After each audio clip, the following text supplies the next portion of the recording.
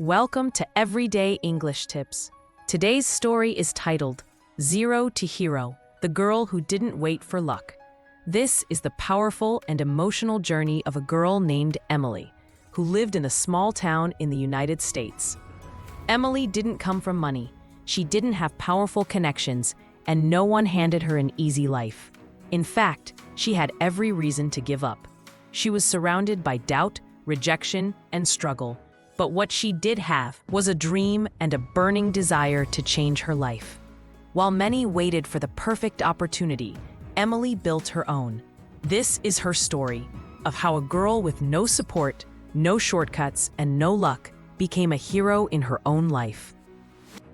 Emily grew up in a quiet town in Illinois, in a neighborhood where dreams often stayed just that, dreams. Her family lived in a small two-bedroom home that barely fit her parents and two younger brothers. Her father worked long shifts at a local factory. Her mother juggled cleaning jobs to help cover bills. They were loving, but there was never enough. Not enough time, not enough money, and definitely not enough hope. Emily loved school, but she struggled, especially with English. She often stayed quiet, afraid her classmates would laugh if she mispronounced something. One day in middle school, after being mocked during a classroom reading, she ran into the restroom and cried. But that night, instead of giving up, she looked at herself in the mirror and said, "One day, I will speak so clearly that no one will laugh. They will listen." Emily didn't have access to tutors or fancy online classes, but she had a library card, and that was her treasure. Every day after school, she went to the public library and picked out a book. Sometimes children's books, sometimes novels. She would read aloud, quietly in a corner, practicing word after word. At home, she downloaded free English podcasts on an old phone and listened while helping her mom fold laundry. She started mimicking the way people spoke. She stood in front of the mirror and practiced. "Hi, my name is Emily. I want to learn. I will not stop." Each day she improved, a little bit, word by word. Her accent wasn't perfect. Her grammar had gaps, but her determination, unshakable. By the time she was in high school, Emily had already improved her English dramatically. But she still lacked confidence. She rarely raised her hand in class. She avoided group discussions. Then one day, something unexpected happened. Her English teacher announced an open mic poetry night, inviting students to perform in front of an audience. Most students groaned, but something inside Emily sparked. She had been writing poems in her notebook for years, but never shared them. For a week, she went back and forth. Should I try? What if they laugh again? But the little voice in her heart whispered, "We didn't come this far to hide now." She signed up. And she practiced, in front of the mirror, to the wall, to her pillow. The night of the performance, Emily almost backed out. She stood backstage, shaking, gripping her notebook with sweaty hands. Then, she remembered her promise to herself. "I will not wait for luck. I will make this moment mine." She stepped onto the stage. The lights blinded her for a moment. The crowd looked huge. She opened her notebook and began reading her poem. At first, her voice trembled, but by the third line, it grew stronger. Her poem wasn't just about words. It was about pain, about hope, about fighting to be heard. When she finished, there was silence. Then, a loud applause. Her classmates cheered. Her teacher smiled proudly. For the first time, Emily felt seen and heard. That night, she didn't just perform. She broke a wall inside her. After that performance, Emily was different. She still didn't have money, she still didn't have connections, but now she had confidence.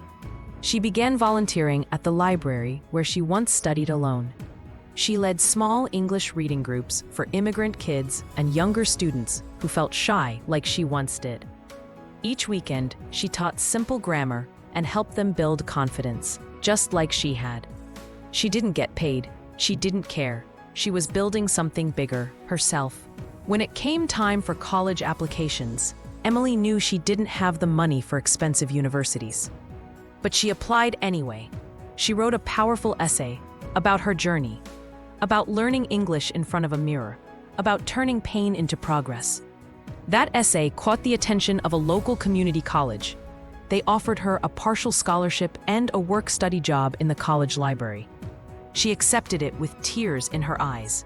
In college, she studied education and communications. She worked at the front desk during the day and took night classes. She was often tired but never hopeless. She knew this was her moment, and she was ready. In college, Emily started a podcast called Speak Up.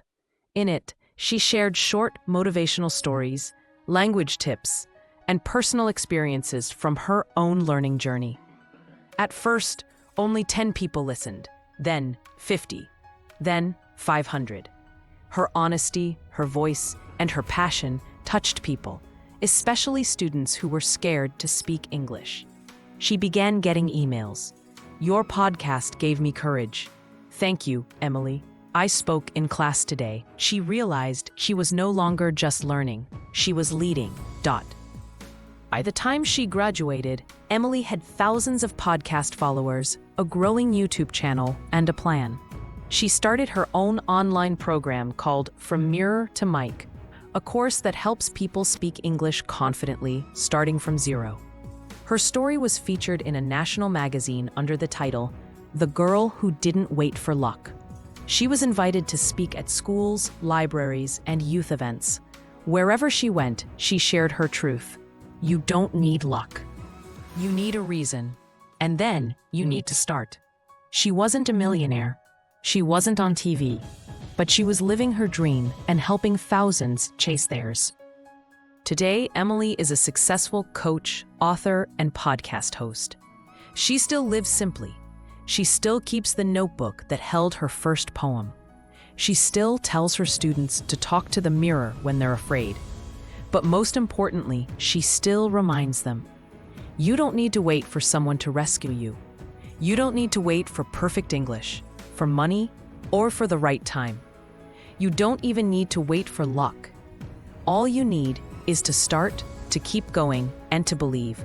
Because heroes aren't born. They're made in quiet corners, on lonely nights, with tear-stained pages and whispering hearts. This was Emily's journey. From zero to hero, because she didn't wait for luck. She built her own path. And so can you.